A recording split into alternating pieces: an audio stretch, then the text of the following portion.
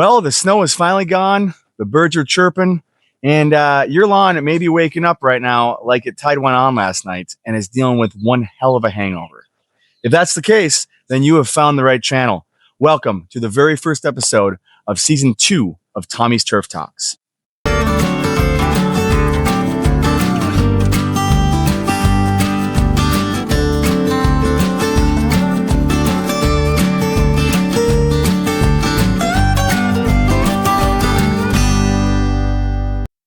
Your lawn is thirsty and hungry and in dire need of some TLC after a long winter.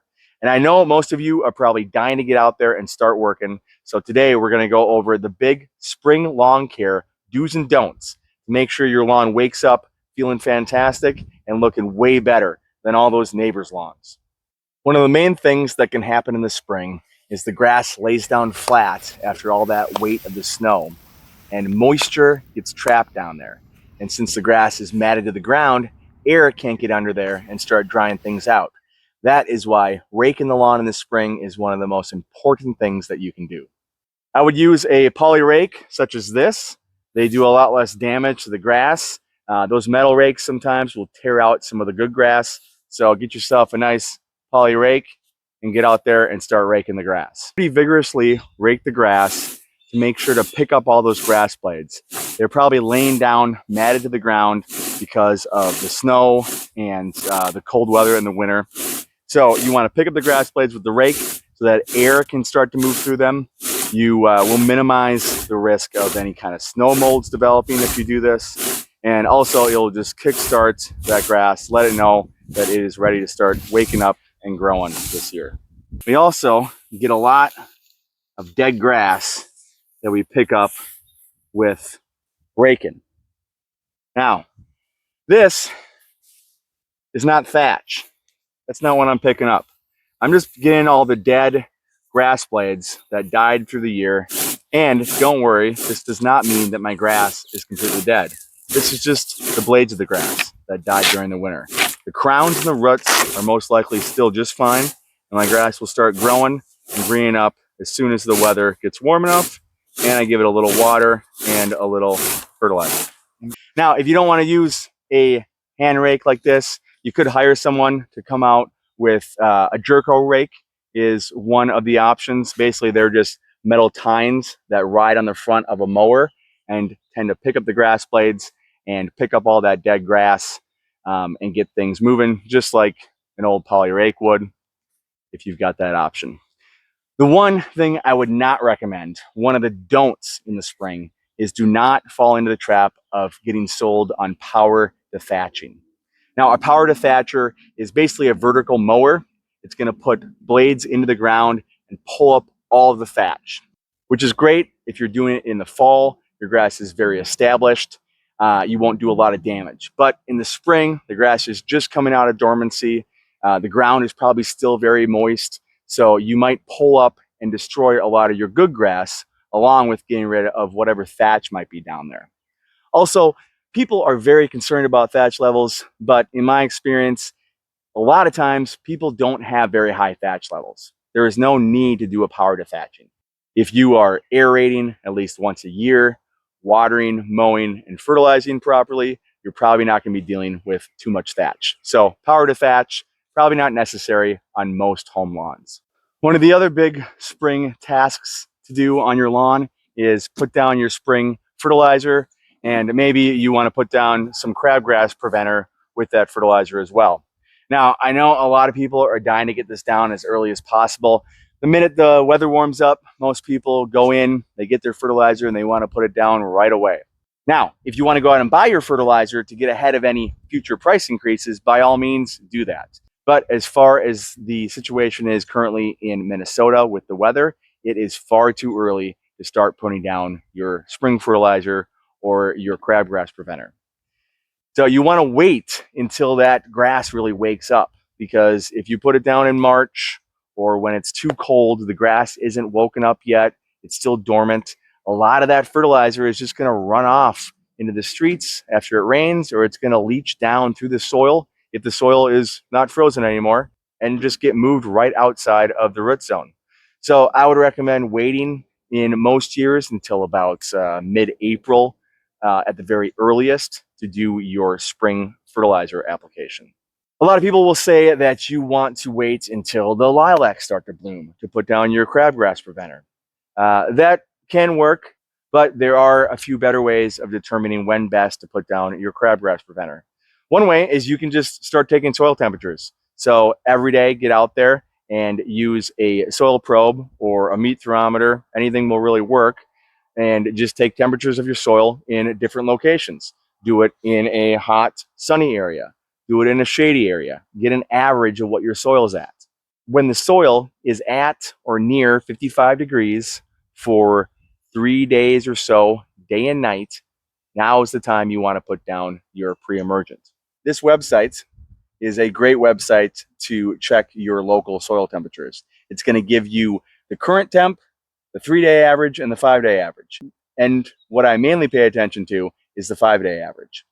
If you're going to do an April application of crabgrass pre-emergent, I would recommend finding a product that has prodiamine in it. Prodiamine is a true pre-emergent, and it's going to hold onto the soil much better than some of the other options will. If you're going to do it later, say in mid-May, then I would recommend using Dimension.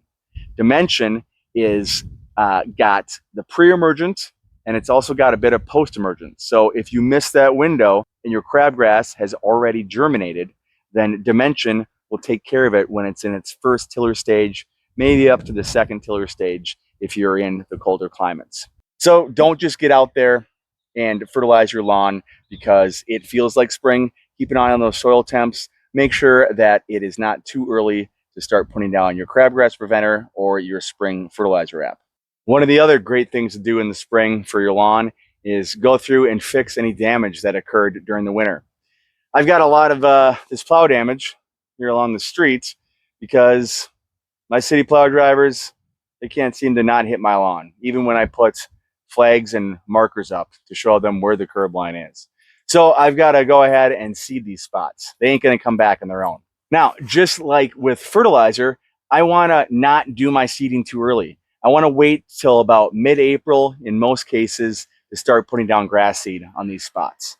Do it too early, the grass might germinate, I get a hard frost, and I'm going to kill off that new grass seed. So keep an eye on those soil temps, keep an eye on the risk of frost, and try to pick the spot to put down new grass seed as best as you can. Most years, that's going to be mid to late April. Let's check out a video from last year when I did a spot seed on my front lawn.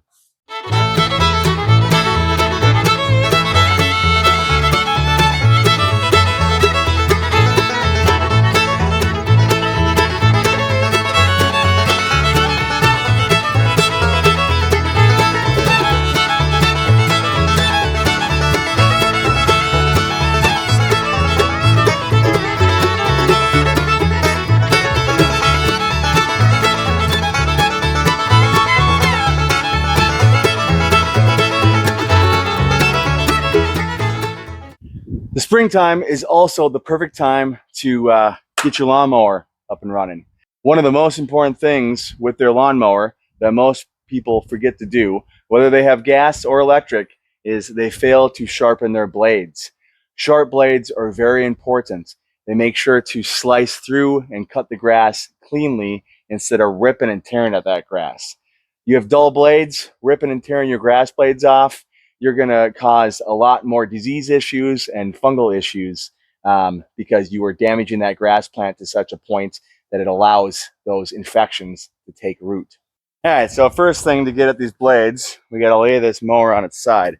Now, a lot of times the gas will tend to leak out. If you just put it on its side, you'll make a mess. So get a bucket, get a pan, whatever you can find to try to catch that gas and not let it fall all over your driveway or garage floor. All right, so this here is just a normal push mower, and it's just got the single blade. So it's going to have a single bolt here in the middle. All you're going to need is just a socket wrench to take that bolt off. And a lot of times you can just grab hold of the blade to hold it in place, because it's going to want to spin when you try to take that bolt off. If the blade is too sharp to grab hold of, or that bolt is just on there too tight, it hasn't been taken off in a long time, I sometimes will put a piece of wood in here, wedge it in so that the blade's got something to stop on, and then you can get that bolt off real easy. Just grab your socket, put it on the bolt, hold your blade, and it should come right off of there.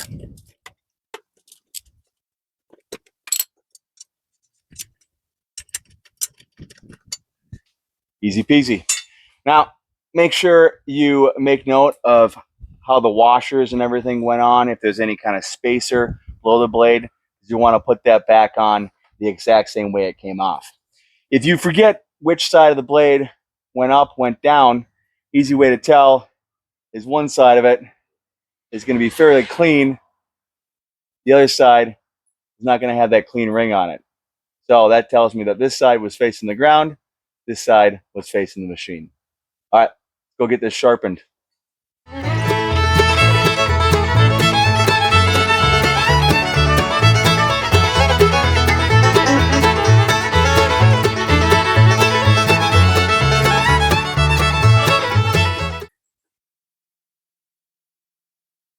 Now, you want to hand tighten down the bolt first. Do not put any kind of air gun, ratchet gun to it, because you could strip that spindle out that's here, and these are not cheap to replace.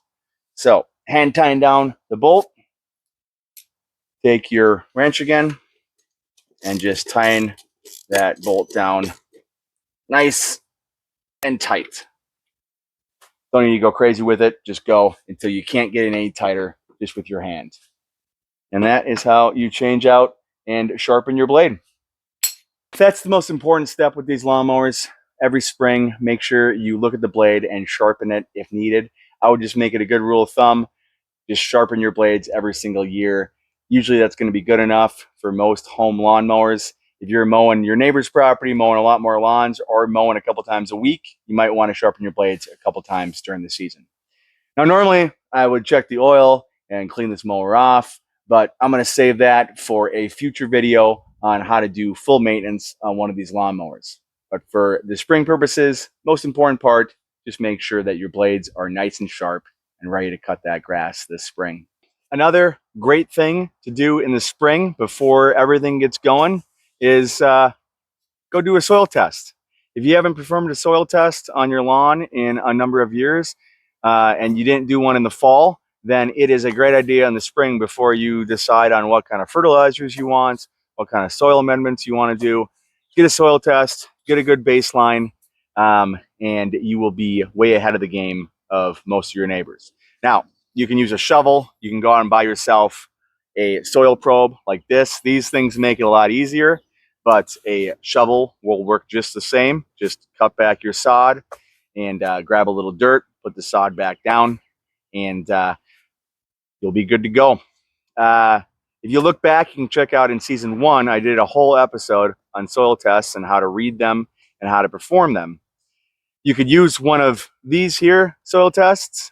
You could grab one of these at your local Site Ones, your Home Depots, Menards. They're very quick and easy. Just take your soil test, put the dirt in the bag, follow the directions, make an online account, and in a couple weeks, you will get your results back. And there you go. Those are the top do's and don'ts for your spring lawn care this season. If you have any questions about any of this or just anything lawn care in general, make sure to ask that question down in the comment section and I will get back to you as soon as I can. If you have any suggestions on future videos this season, please let me know down in the comment section and I will try to work them in.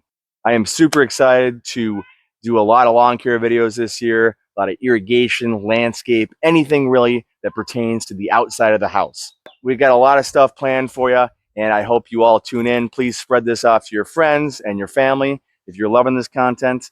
And can't wait for another full season of lawn and landscape care with you guys. All right, you all enjoy that nice spring weather, and stay safe out there. I'm pulling for you.